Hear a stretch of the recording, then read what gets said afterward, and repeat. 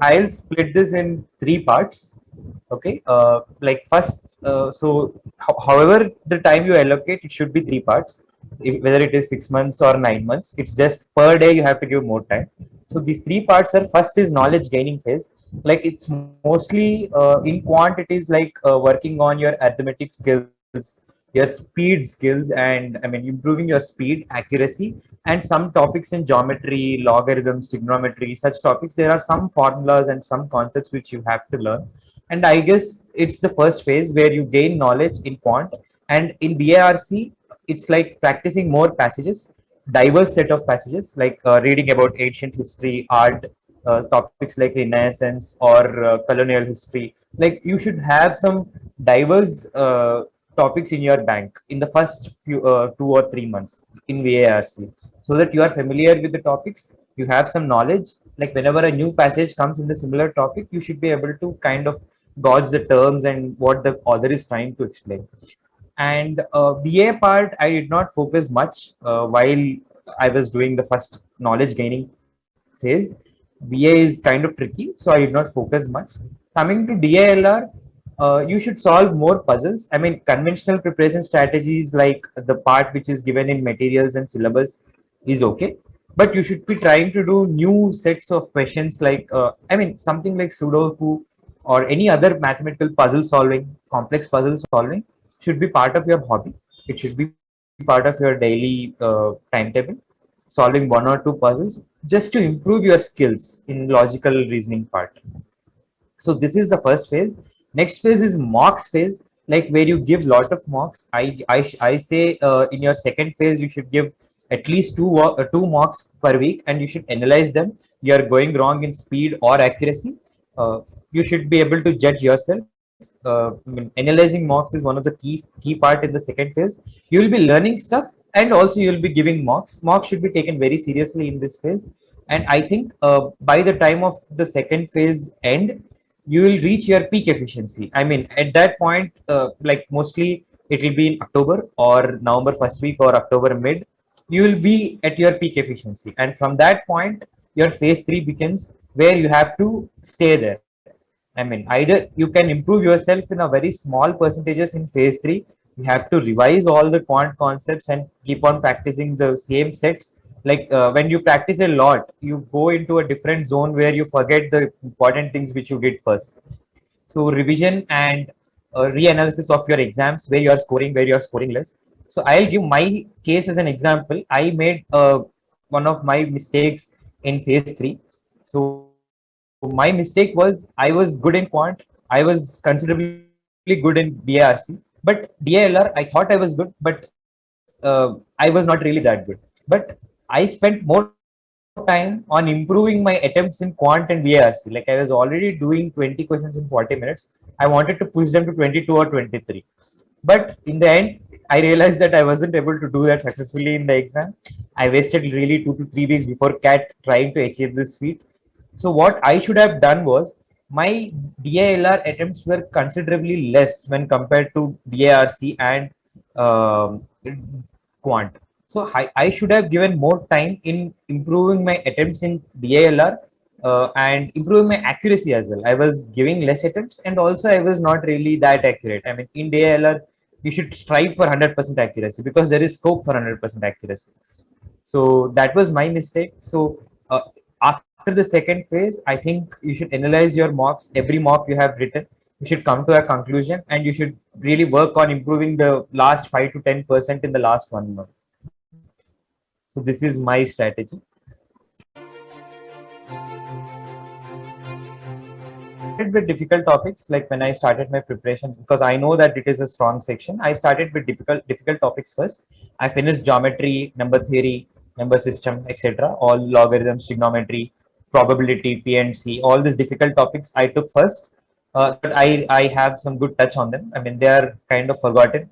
I mean, arithmetic part, it's kind of easy to start and work. It's just speed and accuracy there, but some part of knowledge gaining goes into these topics. So that I started first, and slowly I went to arithmetic section. My focus was to attempt one question in every 2 minutes, and mostly 90% accuracy was my target in quant, 90 to 95%.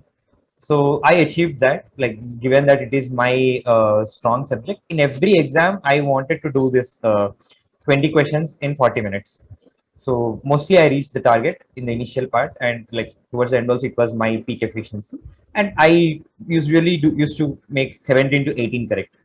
So yeah, like in arithmetic part it's speed and accuracy. In the other part it's knowledge and using concepts properly.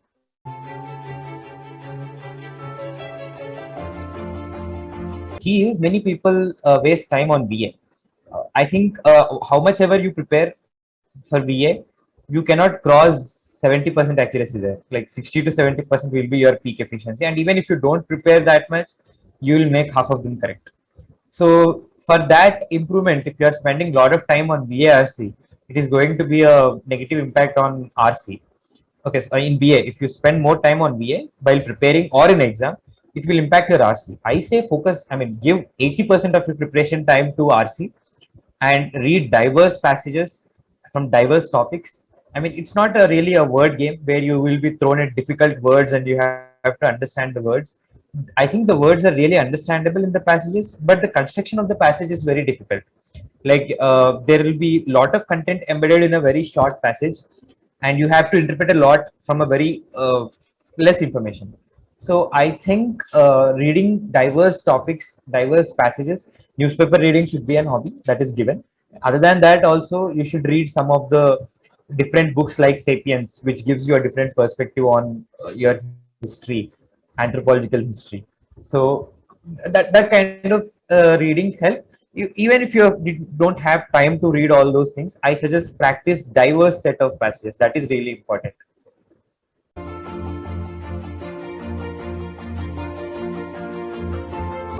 Mine is a very peculiar case. Like 2019, I have given CAT without any preparation, and I got 99.4 in DILR that year.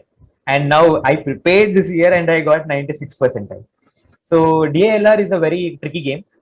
So I was really overconfident on myself, and I did not really put much time there. And I repent for that. Like I might have gone to Ahmedabad, like if that section had gone well.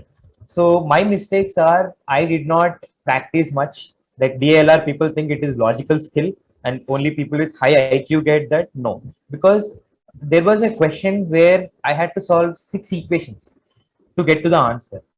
That is not logical. It is speed. So I mean, you should be well versed with such type of questions. Like the DLR was deliberately made difficult last year, and people like me who did not practice well, who did not put enough time in DLR, have actually lost their edge. So I suggest you should be very quick in Sudoku solving. That really improves your speed, and you should be able to solve very complex questions in DLR. At least I don't say entire paper will be difficult. Like DI part, you should be able to take time to solve numbers with big decimals. That gives you an edge. Like you should not be able to, you should not be using calculator in the exam. The calculator which is on the screen, you should be able to do it with pen and paper. That should be your aim. DI, that is your aim. And LR, like solve complex puzzles. Like don't take DALR lightly. Even though you are intelligent, there can be a bouncer like 2020 paper.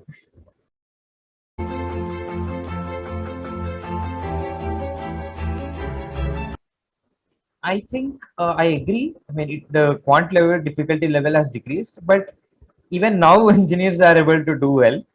But if you see GMAT, GMAT is a lot easier if you compare with CAT. Even the DLR section in CAT is kind of favoring engineers because it is getting, I mean, at this level of difficulty, people who have cracked JE and JE Advanced and Mains are only able to comprehend the level of difficulty in the DLR sections now.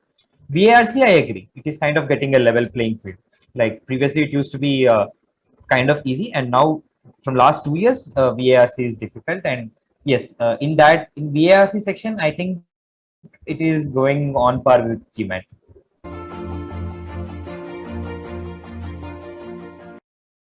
If you're starting now, as I said, it's a 3 phase period.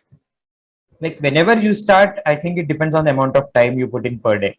Like you want to do it in 9 months, it's 3 hours, 2 to 3 hours a day, 2.5 hours on an average is enough.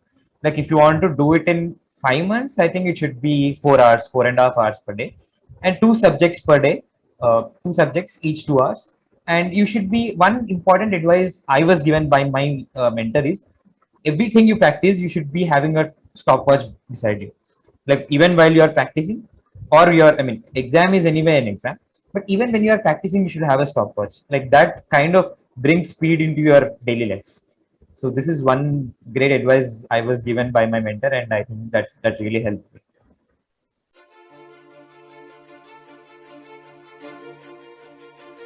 I understand the stress part because I'm a software professional, so my work hours actually increased during some part of the preparation. So I think everybody has an interest. Like some people listen to music, some people draw, some people dance, and for me, like there are few interests. Like I like to play chess. Like it's like a time pass activity for me. I used to play a lot of chess, like just to take breaks. And one more interesting thing which I did was like, I mean, this everybody does, but I watched Suits. That is a very good motivating TV series. I mean, any student who is going for a big exam or a good interview, should, to usher in positivity, they should watch a series like Suits or a sitcom like Friends. Like choice is yours, but you should be having something like to relieve your stress from.